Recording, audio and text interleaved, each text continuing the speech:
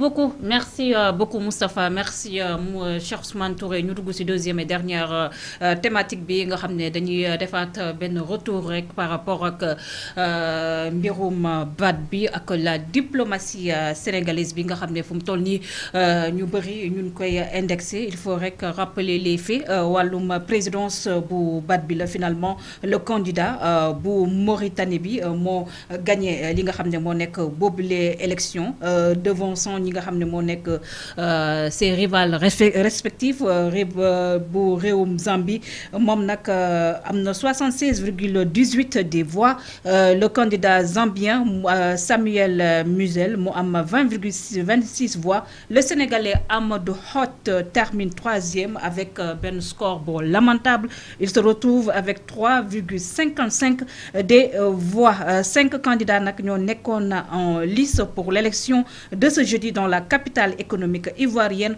où se trouve le siège de l'institution. Cheikh Ousmane, par rapport à cette défaite bi nga xamné gis le sénégalais Amadou Hott am ko devant le mauritanien lolo ban lecture lañ ci mëna am 76,18% des voix dem ba 3,55 des voix pour Amadou Hott mën nañ wax carrément c'est vraiment une défaite. Qu'est-ce que tu avais annoncé? Moi, que Amadou Hott amul chance de gagner président BAD. maa ngi yow ko defoon plateau ngay ree rek naan ma loolu laa bëggut a dégg li ngay wax. man la kenn bëggu ko dégg mais danañ ko dégg je pense que site bi dugalaat na ko sax li tax ma defoon analyse boobu. En réalité Amadou Hott n'a rien perdu l'État du Sénégal n'a rien perdu. ndax mosoo nekk en position de gagner quelque chose quoi que ce soit. Qui n'est en position de gagner quelque chose, moi perdre quelque chose. Mais perdre dara parce que Mousso n'est que challenger, il a mon chance de gagner. Il faisait partie des favoris, cher Ousmane. Il faisait partie des favoris, Tchikaou. Il faisait partie des favoris. L'an mot de sa favori. Même son parcours en tant qu'économiste, en tant que linga xamné mo nek leader et ainsi de suite parce que ñett ñoo amone li nga xamné mo nekkone chance le candidat mauritanien, le candidat zambien et le candidat sénégalais. Là aussi il faut le reconnaître. Xam nga ñi wax naan il faisait partie des favoris dañ ko yamalé seulement ci profil. Élection yu melni du lolo kay gagner. Là c'est le profil à compter. Bu ñu gisee profil bi nga xamné le candidat mauritanien am nako aussi. Profil kessé de. Réseau moo joué ci élection bi. Waaw. Réseau moo ci joué. Donc il avait le meilleur profil mais réseau moo ci joué. Positionnement moo ci joué. Xam nga président yu mel ni dafa am lobbying bu intense buy am en coulisses. Le vote des pays du Maghreb a joué en sa faveur. Xam nga loolu parce que boo jëlee BAD cartographie ou pourcentage il y a 3 pays du Maghreb. Vote Algérie dafa joué bu baax ci maanaam ci élection mauritanienne bi. Xam nga actuellement voilà cartographie baa ngi nii y a le Maroc y a l'Algérie et y a l'Égypte. 6,12% pour l'Égypte, 5,5% pour l'Algérie, 4,65% pour le Maroc. Par contre, la diplomatie sénégalaise m'a agréablement surpris. En quoi? Moi, effort bi ñu def ba placer au 3e ci kanamu sax géant bu melni candidat wu Afrique du Sud. Mais le candidat de l'Afrique du Sud comparé avec le candidat Hott beaucoup de profil aussi. Non, motax man la affaire du profil rek poids économique gu dëkk bi dafay jouer. Ben relation diplomatique gu réew mi ak yenen nu tudd ak yenen parti dafay jouer. Xam nga yow lan mo fay ci mbirum Hott bi. Orientation diplomatique gu président Macky Sall par rapport ak tension yu mujj ci sous-région bi muy ben réseau bi Abdou Aziz bu Mauritanie bi ñu japp tissé won ci Afrique bi té Gazouani nek di ci profiter ak le vote des pays du Maghreb ak orientation wu source de financement yi vers les pays du Golfe particulièrement les Émirats arabes unis ku foog ne profil la ka fal kii xamoo li xew. Mais il y en a aussi qui te disent que lii dafa wane rek diplomatie sénégalaise fu mu toll nii dafa commencé di dégringoler parce que boo xoolee aussi les pays de l'UEMOA benn pays moo voté pour le Sénégal te la Mauritanie ne fait pas partie de l'UEMOA. Un pays frère comme la Côte d'Ivoire supporté wul li nga xam ne moo nekk la candidature du Sénégal ça pose problème même le Mali nga xam ne suñu président dem na fa et je pense que le premier ministre Ousmane Sonko y était aussi ñoom ils ont choisi la Mauritanie. yow ñoom Mali nun lay voté leen. loolu ça pose problème yow te bañ xiifee nga embargo leen. non ça pose problème. Macky Sall leen embargo. mais le nouveau régime est là. déedéet mais le nouveau régime paie les pots cassés de l'ancien régime. xam nga dama lay wax ne la surtout maanaam li xew nii sa passif la. sa présent ak say réseau. da nga nekk di fay actuellement yow sa politique diplomatique passif wu régime bi mooy Macky position yi mu amoon par rapport ak embargo Mali bi et autres ci yenn dossiers yi loolu jàpp ko muy benn.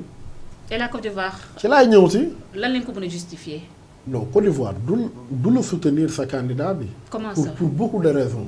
sa politique économique méngoowut ak moom. les intérêts de la Côte d'Ivoire. ah oui yow Côte d'Ivoire yow yaay nu mu tudd yow yaay rival am ci sous-région bi. yow yaay wujjam xaaral ma yow li may expliquer dafa am solo. dina soutenir la candidature bu Mauritanie bi. waaw. ah oui Ouattara. waaw. moi je pense pas. parce que kon xamoo kon lan mooy diplomatie. yow Ouattara soutenir candidat wu Mauritanie. moo gën a nekk intérêt soutenir candidat wu Sénégal. parce que Sénégal mooy wujjam ci sous-région bi. te yow nga ñëw tey au pouvoir il y a même pas 2 ans. élire un président à la tête du BAD. mais loolu nu mu tudd ça fait pas l'affaire de Ouattara.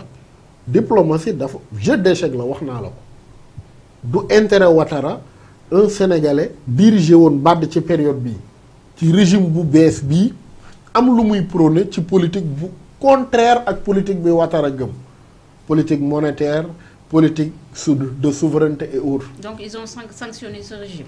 ils ont sanctionné ce régime ci benn côté.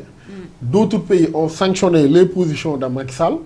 d'autres pays ont voté selon leurs intérêts. voter pour Sénégal nekkul woon seen intérêt. donc ce qui revient à dire qu'aussi non seulement peut-être vous allez me dire que pour des motifs économiques mais aussi à la diplomatie sénégalaise Cheikh Ousmane am na tamit mun nañu wax ne carrément war nañ ko joyantuwaat. la diplomatie sénégalaise. parce que bu ñu demee ba Ouattara di soutenir un candidat mauritanien. mais yow Ouattara néew yow Ouattara néew na lu mu la mos a soutenir de ci ay candidature à l'international loolu gëj na am de. lan la fi Ouattara mos a soutenir bëri na vote yu bëri soutenir la yow Bathily rek bi nga ko génnee ci candidature bi rek gañe woon. c'est-à-dire foog nga comprendre benn affaire déglul baax li ma lay wax. une diplomatie du seulement le ministre des Affaires étrangères le président ak les officiels de l'État. une diplomatie dafay am officiel am officier. da ngay am ay lobby. am des hommes yuy am des clés passe-partout yu lay tijjil lépp. des hommes yoo xam ni dañoo am réseau. xam ku nekk am relation ku nekk mën bàyyiloo ku nekk position mën jàppaloo ku nekk position. Sénégal diplomatie li tax nga doon dégg ñu daan bàkk suñ diplomatie Sénégal dafa yàgg am des hommes de lobby yu ko daan tijjil buntu yu nekk moo daan tax nga daan gis ay sénégalais di diriger yenn institutions yi. candidature yooyu nekkul Sénégal rek a daan porté de sax xam nga ni beaucoup de pays dañ daan retirer seen candidat soutenir candidature du Sénégal. léegi pourquoi ça n'a pas été fait. parce que utiliser too nu mu tudd ces hommes de lobby là. politique boobu Macky Sall la ko indi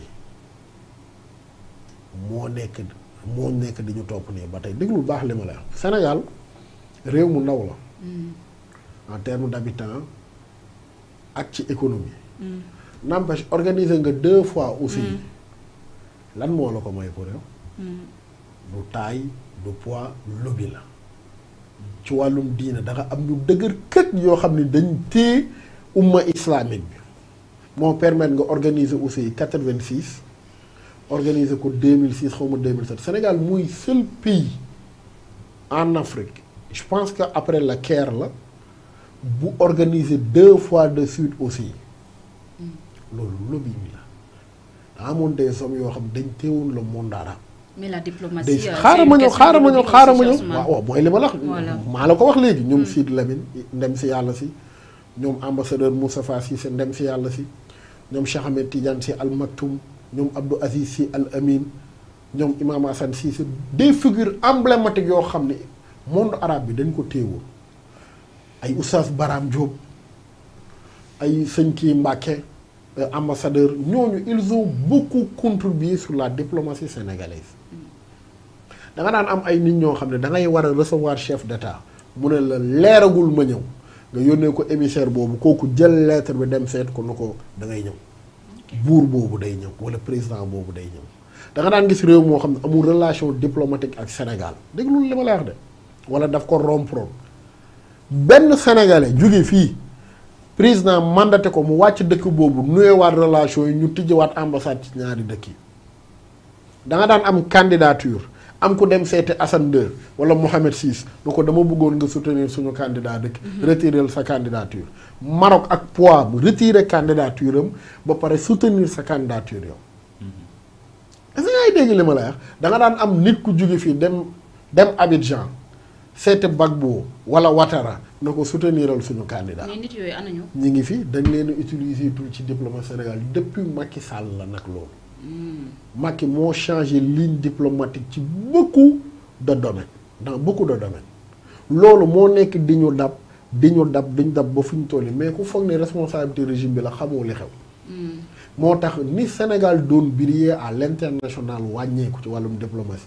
kan la ñuy wax ne mooy le meilleur ministre de la ministre des affaires étrangères au Sénégal Cheikh Tidiane Gadio entre guillemets mais du prouesse de Wade savait utiliser nit ñi mën a tuddal lépp moo tax mu réussir beaucoup de choses dajale les fractions de Hamas fii biir palais signaloo leen loo xam ne Arabie Saoudite mënu ko am moom est-ce que dégg yi Sénégal daan réussir dajale les fractions palestiniennes fii ci palais bi signaloo leen accord de paix pour yow loolu Sénégal rek la dafa am des hommes d'armée yu newul ci suuf di liggéey looloo taxoon nga daan dégg ñu naan wax Cheikh Tidiane Gadio meilleur ministre des affaires étrangères mais du Cheikh Tidiane Gadio rek la preuve bi mu génnee ci loolu nekkatul ministre bari yëfi boppam lu mu réussir mais Wade savait utiliser ressources yooyu diggante Sénégal ak Iran ñagas mu recevoir Sidy Lamine na ko dama bëgg dem Iran yaay sama guide introduire ma Sidy na ko bu fi ñaan dégg nga Sidy bi mu koy nettali ñii dañ jàpp ni ku ñuul day ñaan si waxal xam-xam maanaam lii leen ñu koy waxee ci terme bi. charmer leen impressionner leen. nga léegi mu lay expliquer Wade dafa sotti xam-xam ba xatami di ko laajtawaat kii kan la maanaam y avait des gens yu xamoon réew yooyu. le monde arabe. le monde de manière générale. xam pensée ak fonctionnement wu ku nekk. yow kañ nga gëj a gis président sénégalais jóge fii yàpp ci avion benn religieux wala benn figure boo xam ni xam nga ko ci wàllum diplomatie wala dara ànd ak moom. mais moo tax. mais boo ko deful xola boo ko deful politique yu ñu indi. déglul li ma la wax rek boo ko deful Sénégal rek. ci échiquier mondial bi diisul ay nitam ñoo diis ci échiquier mondial. jàppal li ma la wax. d'accord dina ñëwaat ak yow Cheikh Ousmane Moustapha par rapport ak cette défaite bi nga xam ne Hott am na ko parce que 3,55% des voix ak 76 voix loolu écart bi dafa énorme fu mu toll nii ñi am nañ ci lecture par rapport ak la diplomatie sénégalaise bi.